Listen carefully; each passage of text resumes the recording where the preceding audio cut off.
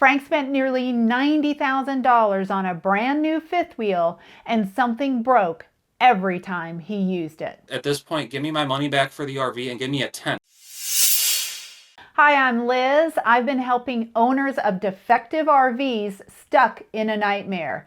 That help includes factory repairs, extended warranties, cash settlements, and over $2 million refunded to customers in the form of buybacks. This is all thanks to you for liking, subscribing, and sharing, making this channel the force that it is.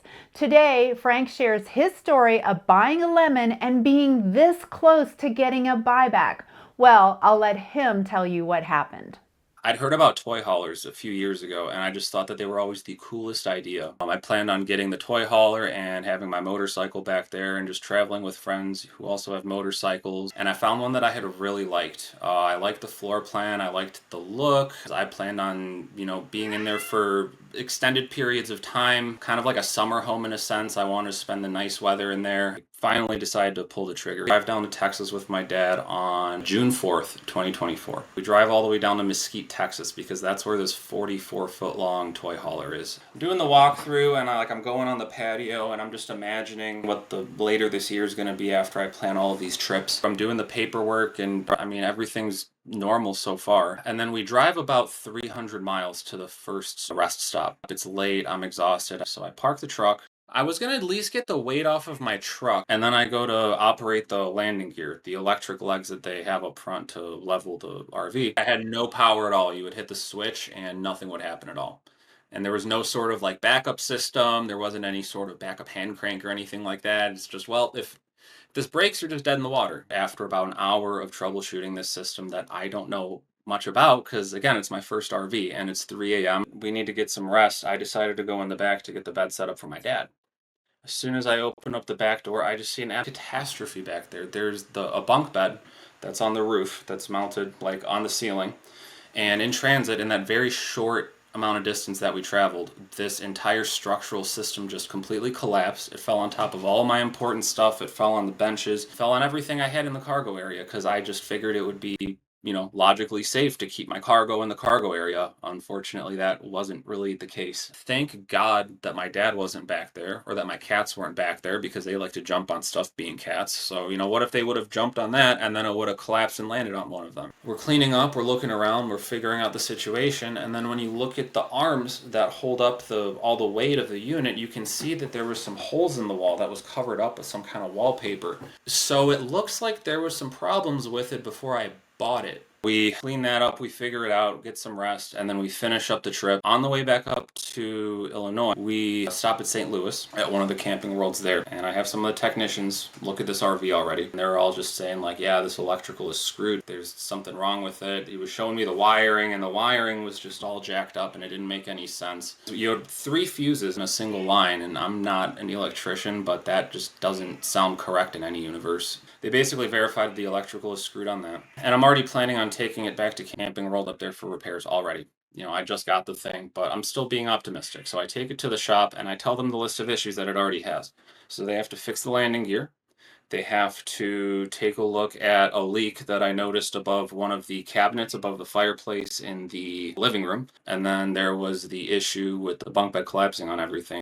They had it 17 days. After that, I got it back, and then I proceeded to try to move into it and try to enjoy it. I park it where I plan on going to, and I had told them about a leak to check underneath the master bedroom sink. I noticed there was some water underneath the sink. I park it, hook up the city water connection to it. I'm outside right now, so I'm none the wiser. Probably 3 to 5 minutes later, I go around and I walk inside, and then I hear what sounds like a waterfall coming from the master bedroom area. So I run up there like, what the hell's going on? And then there's just torrents and torrents of water coming out from under the sink. And I'm freaking out in that moment. I'm just like, what the heck? I run back out, I shut down the water. At that point, the damage was already done. There's so much water that would have gotten underneath the floor, underneath that area. I cleaned up what I could, but who knows how it looks underneath there now. This is the part where I tried to make it work. After I had to bring my cats back over to the RV, unfortunately, one of them had made an accident in his crate when we had almost gotten there, so I had to give him a bath and a shower to clean him up. It was at that moment that I realized that the hot water heater was out. So I basically have to give my poor cat an ice bath because this water heater decides to go out. After all that's settled and done, I decide to start to try troubleshooting it. It's not working. It ends up being a little bit about 2 weeks that I'm living in it for that period of time. It was close to a week without hot water that I was there. And for something that I just moved into that I'm so excited still, it was terrible. Having to take ice showers in the thing. It doesn't feel like that's what 90 grand should get you. I did notice some more issues. There was a leak in the toilet that I noticed from the second bathroom. There was light coming through the back garage door area. It was just, letting light through, which means that it would let obviously water through if it stormed or anything like that. There was another leak coming through the air conditioner unit. The electrical system in general was just all screwed up. There was times I was even trying to move just one of the two awnings at a time and it would pop a fuse and I'd have to replace it. The landing gear was one of the biggest issues because you can't take it on and off your trailer whenever you have an issue with it. And Forest River and all their insight and wisdom, they don't have a backup system for this behemoth. So you just, if you're stuck with an issue with your landing gear, you have 14,000 plus pounds just stuck on your truck. Essentially, every time you would go to use that landing gear, it would blow a 30 amp fuse. You'd have to basically consume a fuse every time you want to take it on or off your truck. I was getting service over at the Camping World in Island Lake, Illinois. Camping World had this 3 separate times before they could actually fix this landing gear. And the third time, I didn't even have any faith that they actually fixed it, and by then I wasn't even able to live in it. So this thing had to go back 3 times to get this electrical issue fixed that may or may not even actually be fixed. The fuel pump for the gas tank that it had in the back, I had that thing full, but I went to go use it for the front to fill up my motorcycle, and the thing just didn't work at all. Like, no gas was coming out. I could hear something going on in there. Now, if you are shopping for a used RV, you'll definitely want to replace the mattress. But also, did you know that if you're shopping for a new RV, often those mattresses are like cardboard, even if you spend over $100,000. For the last 3 years, I have been sleeping on an RV mattress by Brooklyn Bedding. I used to wake up feeling stiff and sore, and I thought, well, that's just for, because I'm getting older. But since I've had the Brooklyn Bedding mattress, I wake up pain-free, refreshed, and I feel great. RV Mattress has free shipping right to your door. It's super easy to set up, and it's fun to watch it puff up. They have a 120-night sleep trial and a limited lifetime warranty.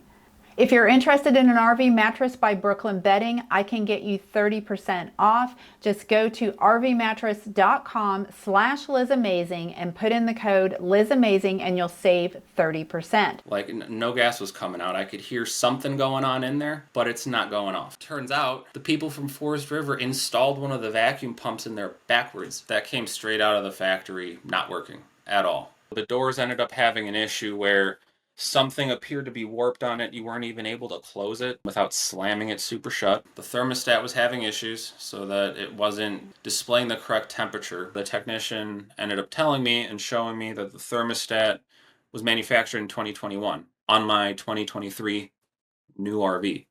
So how can an RV be new if you're building it with old parts? Makes me wonder what else is in that trailer that they're just using old parts for. With everything falling apart on it, it feels like this whole thing was just put together with old parts. There's too many issues like this for it to have been considered a new RV and for it to have been approved to get off the lot, let alone get off the manufacturing plant. Every single time I had went to Camping World and I had asked the service people, I'm just like, this trailer is a piece of crap. It's falling apart. It just clearly looks like a lemon.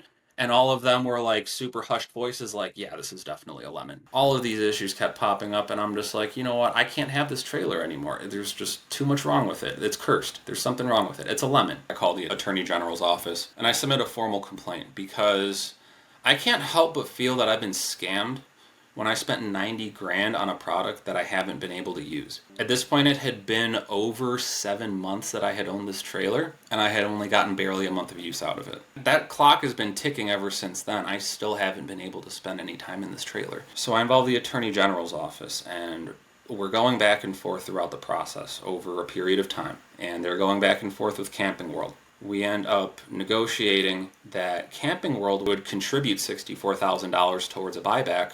And then the idea was that Forest River was supposed to come in and make up the difference, since they're ultimately the ones at fault. They're the ones who built it. I mean, like, yeah, Camping World sold a lemon RV, but the manufacturer ultimately should be held responsible. Unfortunately, what ended up happening was Forest River came and they were like, oh, we need to inspect your trailer in order just to make sure that it qualifies for a buyback, which logically speaking at the time made sense. And so they take a look at it, and then about a week later they get back to me, and then they're like, oh yeah, we're gonna make all these repairs to the RV, we're gonna give you a tour of the factory, we're gonna be doing this, we're gonna be doing that. And I'm just like, hold on.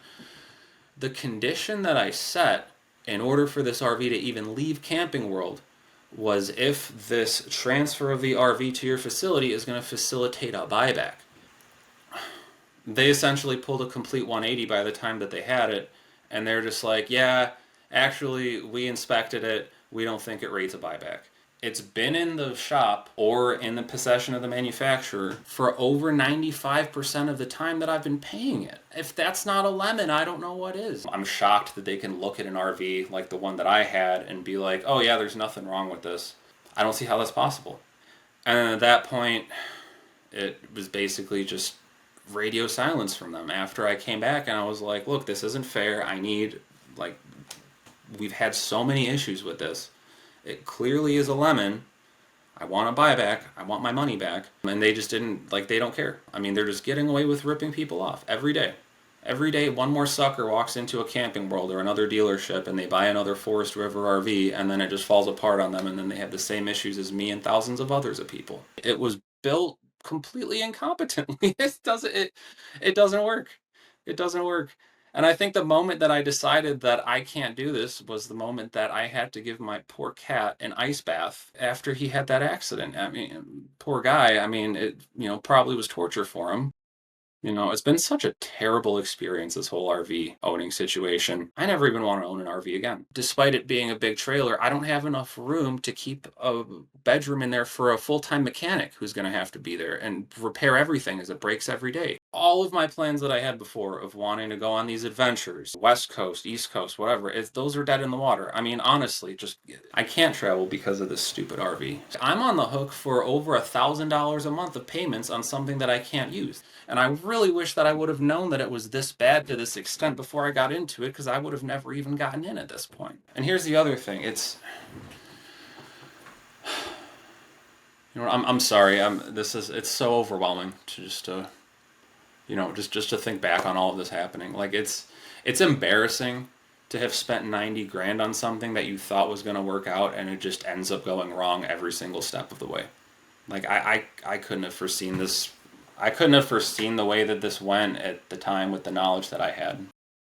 In my mind, if you're going to spend that much money on a product and you're the manufacturer of that product, you should be responsible for putting out something that's functional. I'm not saying that you should get a BMW for Honda Civic money, but you should get something that at least works. And if you're going to charge someone almost $100,000 for something that is designed to be resided in, then you need to make sure that it works. And if you don't, then you need to be held accountable. The RV is still currently at Forest River. I don't want it. I sent them an email. What's the update on this buyback? And their response after about 2 months of radio silence at this point to my inquiry was, what address would you like this RV delivered to? I want a buyback. I have a letter from Camping World that says that they had offered $64,000 plus in order for a buyback to facilitate that. Which in hindsight, I really wish I would have just went with that, because I would have been done with it. Yeah, I would have owed more money on it, but would have been better than continuing to deal with this. At this point, give me my money back for the RV and give me a tent. At least the tent isn't going to give me nearly as much as a headache. I'll just load it in my car and just have fun that way. I want to give a shout out to our new Front Porch. They did a video comparing the top 3 RV manufacturers. That would be Thor, Winnebago, and Forest River. They looked at federal safety recalls, consumer complaints, and lawsuits. And guess who led the pack by far? I will put a link to that video here, plus down below. And I did reach out to Forest River, the top people on the executive team, and I heard no response.